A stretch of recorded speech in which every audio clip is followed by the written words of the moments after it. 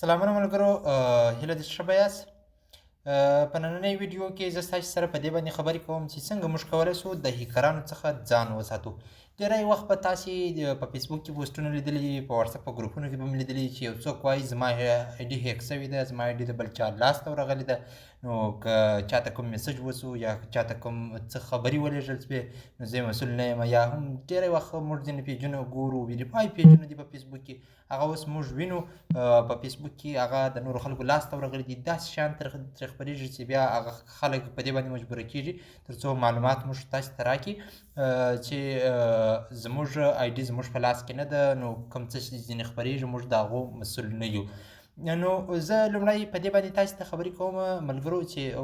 ولې هیکران او څنګه زموږ اکاونټ ته لاسرسی پیدا کوي. ګورئ ملګرو، دغه کوم سوشل میډیا ځینې برخې چې جوړې سوي دي هغه داسې په اساني باندې نه دي جوړې سوي، نه داسې په مسخره باندې جوړې سوي دي لکه فیسبوک، لکه انسټاګرام، ټویټر، واتساپ او داسې نور شیان. دا داسې په مسخره باندې نه دي جوړې سوي چې یو څوک په هره کوڅه کې ناست یا هغه راولاړېږي د نورو خلکو اکاونټونو ته ننوځي، د هغو معلومات لاسته راوړي، بیا په هغه باندې هغه خلک ځوروي یا هم بیا په هغه باندې د هغه خلکو څخه پیسې غواړي تر څو زه بیا هغه خلک ورته وایي چې موږ یا ستا معلومات خپروو یا ستا ویډیوګانې خپروو یا ستا تصویرونه خپروو. تاسو به ډېری وخت لیدلي د ډېرو خلکو داسې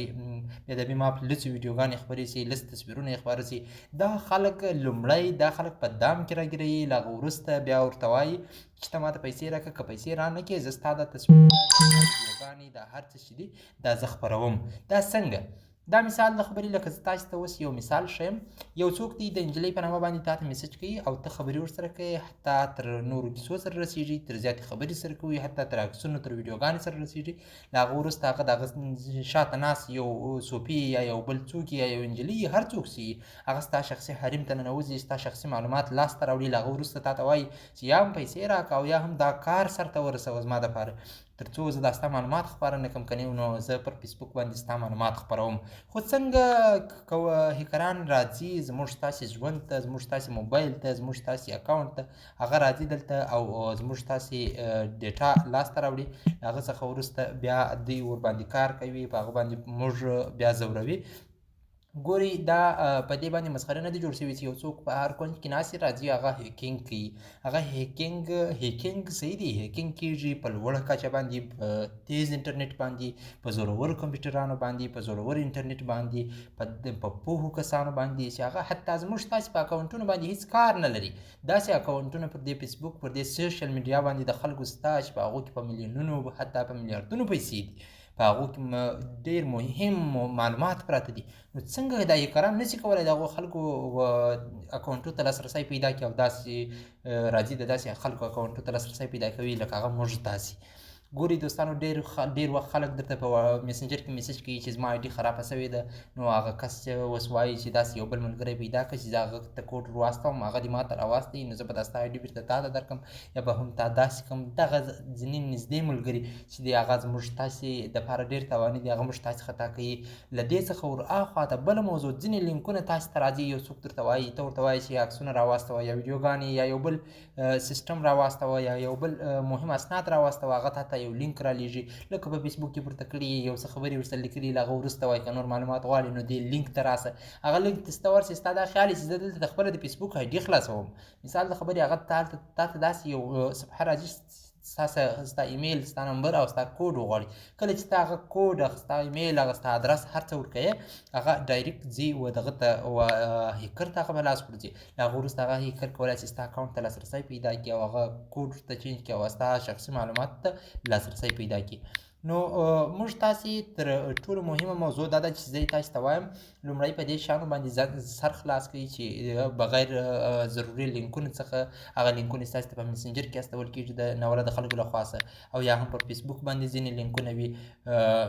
نو د هغه د خلاصېدلو څخه مخنیوی وکړي. او تر ټولو مهمه موضوع دا ده، اوس تاسې د فیسبوک اکاونټ دی د ټو پیکټور او تنایزیشن چې دی دغه ورته فعاله کړئ. اوس مثال د خبرې لکه زه یې اوس تاسې ته ښیم، مثال څنګه تاسې یو پیکټور ورته فعاله کړئ. زه دا یم فیسبوک راخلاصوم، زما د فیسبوک آیډي ده، زه یې اوس تاسې ته نمبر او کوډ دواړه په لاس درکوم، خو تاسې یې خلاصه کړئ، خو تاسې ته نه راخلاصېږي ځکه پر دې باندې ما داسې پالیسي اپلای کړې ده، کله چې یو څوک غواړي زما اکاونټ ته داخل شي، دا زه خپله په خپل موبایل کې زه خپل اکاونټ ته داخلېږم، خو ما ته وایي چې ته نسې داخلېدای، ته ما ته کوډ په لاس راکړه. لکه څنګه ګوره مثال د خبرې دغه زما کوډ او دا زما نمبر دی زه انټر کوم صحیح دی دا دې ګوره چې دا څه شی غواړي ما صحیح کوډ ورکړي صحیح نمبر مې ورکړو دوی ما ته وایي انټر لوګین کوډ ټو کنټینیو معنا دا ټو فیکټور اتنایزیشن په فیسبوک کې په سیټینګ کې فعاله کېږي تاسې ورسئ هلته په سیټینګ کې په سکیورټي کې د ټو فیکټور اتنایزیشن هلته تاسې کولی شئ یو نمبر ورکړئ هلته تاسې کولی شئ یو اپلیکیشن ورته انتخاب کړئ تاسې کولی شئ تاسې ته زنګ راسي میسج راسي د میسج له لارې کوډ درته راسي د فیسبوک لخوا کوډ درته راسي کوم نمبر ته درته راسي هر نمبر چې تاسې ورکولی شئ هغه نمبر باندې تاسې ته هغه کوډ انتخابېږي دا رقم پالیسیان یې پر خپل اکاونټونو باندې په ټویټر کې په واټساپ کې دا هر اپلیکیشن هر سوشل میډیا هره برخه دا لري دا پر اپلای کوي ګوره اوس دوی ماته وایي ته د ماته کوډ را داخل کړه او دلته ماته یو نوټیفیکیشن راغی تاسې ولیدئ څه شي وایي وایي ډیډ یو جسټ لاګ ان نیر کندهار افغانستان معنا دا ته یې چې غواړې ستا اکاونټ ته داخل سي نو ته ډایرکټ خبرېږئ چې یو څوک غواړي زما اکاونټ ته داخلېږي تا ته دا د نوټیفیکیشن راغی تا ته دا د نمبر راځي که زه اوس دلته ورباندې کلیک وکړم دلته ورځم ورته وایم چې دا یس کم نو دی ډایرکټ بیا هغه خپله هغه کم معلومات چې دي هغه اکاونټ ته داخلېږي ډایرکټ ځي هغه اکاونټ ته کار کوي او هغه اکاونټ ته داخلېږي تاسې د همیش لپاره د دې دپاره کار وکړئ همیش لپاره پر خپل اکاونټ باندې یو څه داسې سر په خلاص کړي د سوشل میډیا په معلوماتو باندې داسې سر خلاص کړي لږ ورباندې وپوهېږي په سیټینګ کې وګورئ وګرځېږي خپل ایډیانې اکاونټونه د خلکو څخه وساتئ سبا د ستړیا څخه خلاص یاست خلک مو ځوروي په خپلو شخصي معلوماتو یا په خپلو شخصي اسنادو باندې هغه بیا در څخه پیسې غواړي یا هم نور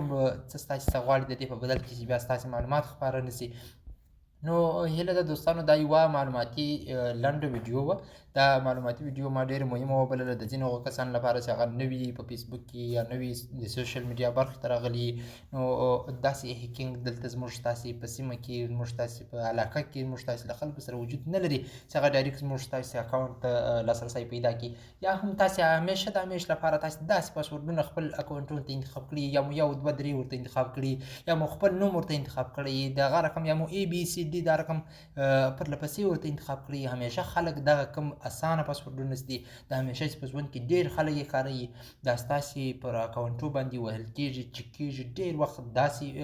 پاسورډ خپل اکاونټ ته انتخاب کوي چې هغه قوي پاسورډ دی مثال د خبرې غټ توري کې پکښې وي کوچني توري کې پکښې وي سمبولونه کې پکښې وي کرکټرونه کې پکښې وي داسې سپیشل خاص سمبولونه کې پکښې وي تر څو داسې ګډ وډ پاسورډ دی چې هغه ډېر قوي پاسورډ دی چې هغه هر چا ته نوم ته نه ورځي داسې مه کوئ چې یا مو پر نامه باندې د خپل نوم باندې پاسورډ ور یا مو پر تخلص باندې پاسورډ ور یا مو یو دوه درې ور یا مو دغه رقم 0000 ور یا مو یو ور د دې ساده ساده شیانو څخه تیر سي تر څو بیا په ژوندانه کې ونه ځورېږئ نو هیله ده دوستانو چې دغه ویډیو ستاسې لپاره یو اندازه ګټوره وي او تاسې ترې لږ ګټه کړې وي نو هیله ده چې دا ویډیو در سره خوښه کړي او د ملګرو سره یې شریک کړي تر بیا پورې د الله په امان